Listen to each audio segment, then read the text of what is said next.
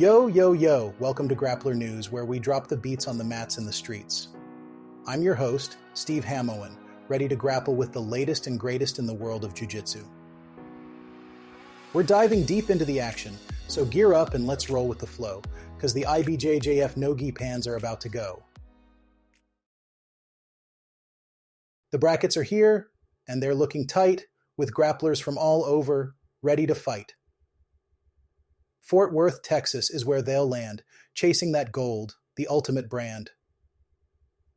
November 1st through 3rd is the date. FloGrappling's the place, so don't be late. Top seeds in black belt divisions, they're on a mission with precision. Men's roosterweight, Everton Souza's the name.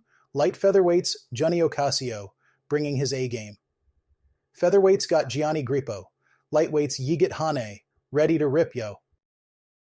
Pierre-Olivier Leclerc in the middleweight, Sebastian Rodriguez in medium heavy, ain't that great? Gabriel Brod's the heavyweight king, Rafael Lovato Jr.'s super heavy, ready to swing. Ultra heavyweights Devontae Johnson's domain, they're all here, bringing the pain. On the women's side, Thais Loureiro in roosterweight, Jessie Crane light as a feather, ain't that great? Talita Alencar's featherweight flair, Julia Miley's light, she's got that rare air. Middleweights Gabrielle Shook, medium heavies Sala Samola, Liz Clay's heavyweight, Mayara Morera's super heavy ready to roll ya. FloGrappling's got the stream for all you jiu-jitsu fiends live in the United States, it seems.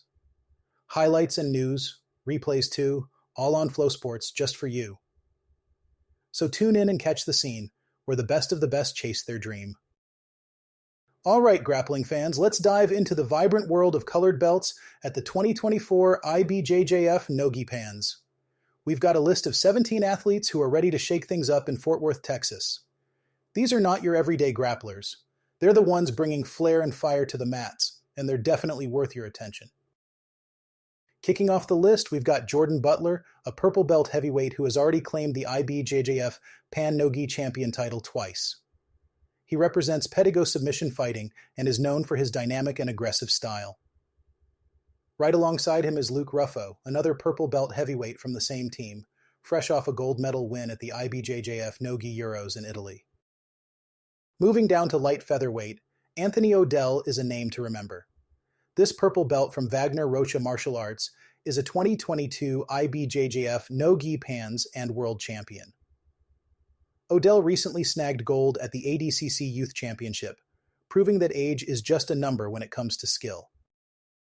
Troy Mercer, a brown belt super heavyweight, is not just about size, but also technique. He took home silver in the absolute division at the 2022 IBJJF No-Gi Worlds as a purple belt. Now he's representing Pedigo submission fighting and Apex grappling, and he's ready to showcase his impressive wrestling skills.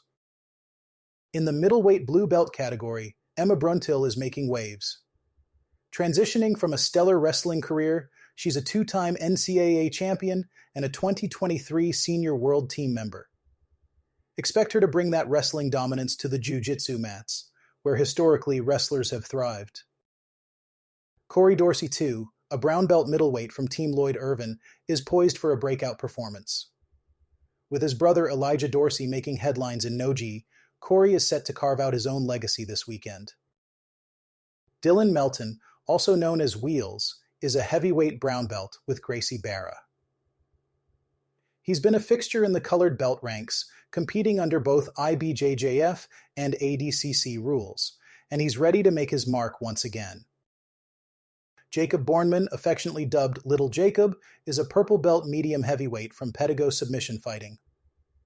Known for his relentless forward pressure, he's already taken a notable win over Nick Ronan under ADCC rules. In a unique twist, we have Ashley and Mia Funegra, both brown belt light featherweights and AOJ prodigies. Competing in the same division, these siblings are likely to dominate, potentially taking both gold and silver. Brandon Reed, a purple belt ultra heavyweight, is another wrestler turned grappler who's quickly making a name for himself. Known for his explosive passing and takedowns, Reed is one to watch for some heavyweight action that feels light as a feather. Natan Tenka, a super heavyweight brown belt from Eidos Jiu-Jitsu, is back on the IBJJF circuit. With accolades in both GI and No-Gi, Tenka's looking to continue his winning streak from the 2023 IBJJF No-Gi World Championship. Chaz Canis, representing Atos Jiu-Jitsu and Essential Jiu-Jitsu, is a brown belt middleweight carrying serious momentum. After winning last year's No-Gi Pans in the purple belt division and recently the 2024 IBJJF No-Gi Euros, he's a force to be reckoned with. Gustavo Ogawa, a featherweight brown belt from Art of Jiu-Jitsu, is known for his GI prowess. Having secured gold at this year's IBJJF World Championship, he's now aiming to add a No-Gi title to his collection.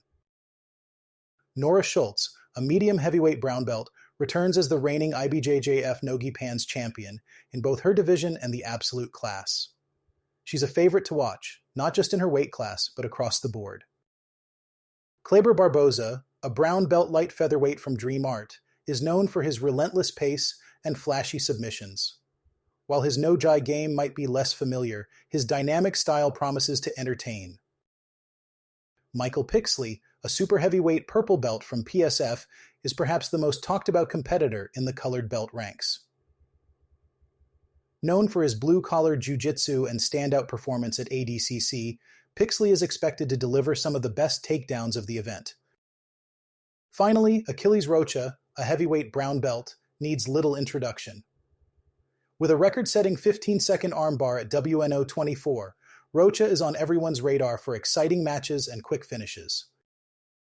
Let's dive into some exciting news from the Isle of Man, where a young jiu-jitsu prodigy has made headlines by becoming the International Brazilian Jiu-Jitsu Federation European Kids Champion.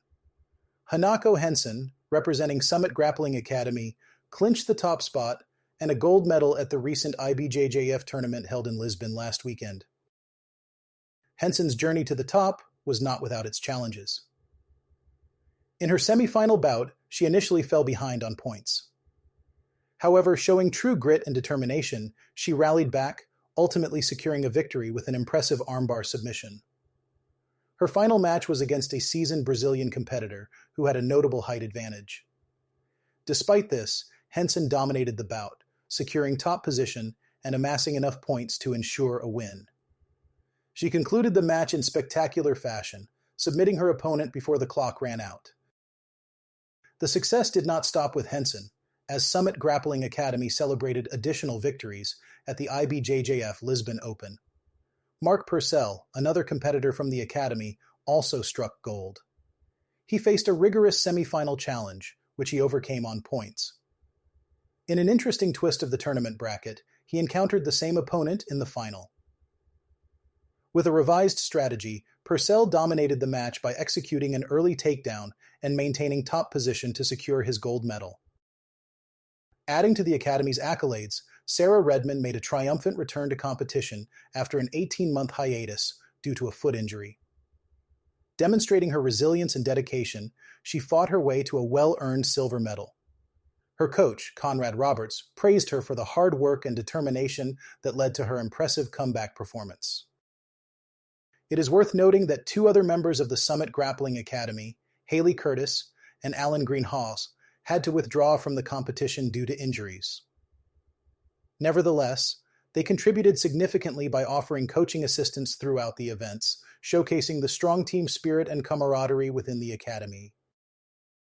In the world of jiu-jitsu, the name Nicko Salem is making waves once again. This time, he struck gold at the Charleston International Open International Brazilian Jiu-Jitsu Federation Jiu-Jitsu Championship 2024 in South Carolina. Competing in the middleweight blue belt division, Nicko took home the top prize, besting silver medalist Matthew Kruger, while Ryan Berberian and Philip Matherly rounded out the podium with bronze. Nicko's win is not just a personal triumph, but also a family affair. As a parent and coach, he finds it rewarding to set an example for his children and students. Reflecting on his journey, he mentioned how competing earlier this month in Emerson, Georgia, where he won 2 gold medals in a New Breed Jiu-Jitsu Federation tournament, was a crucial part of his preparation for the International Brazilian Jiu-Jitsu Federation event. Despite sustaining an ankle injury in his first match, Nicko's determination saw him through to the finals, where he clinched gold. Up next, He's set to compete alongside his daughter, Nicole, in a super fight in Cincinnati, Ohio, later this year. Nicole is no stranger to the spotlight herself, being a multi-awarded young martial artist. It looks like the Salem family is truly a force to be reckoned with on the mats. Outside the world of jiu-jitsu, Nicko serves as a staff sergeant in the United States Marines, a role he's dedicated himself to for nearly 12 years. His journey began back in Saipan, where he graduated from Saipan Southern High School in 2012 and went on to become the first recruit from Saipan to earn the company honor graduate title at the Marine Corps Recruit Depot in San Diego. Now residing in Charleston, South Carolina with his family, Nicko continues to balance his roles as a Marine, a jiu-jitsu competitor, and a family man. His wife, Maria Victoria, also hails from Saipan, making their story one of shared roots and shared success. Well, grappling fans, that's a wrap for today's episode. We hope you enjoyed our deep dive into the world of jiu-jitsu and the inspiring stories of our athletes. Before we go, here's a little jiu-jitsu joke to leave you smiling. Why did the jiu-jitsu practitioner bring a ladder to the match? Because they heard the competition was on another level. Until next time, keep rolling and stay safe on the mats.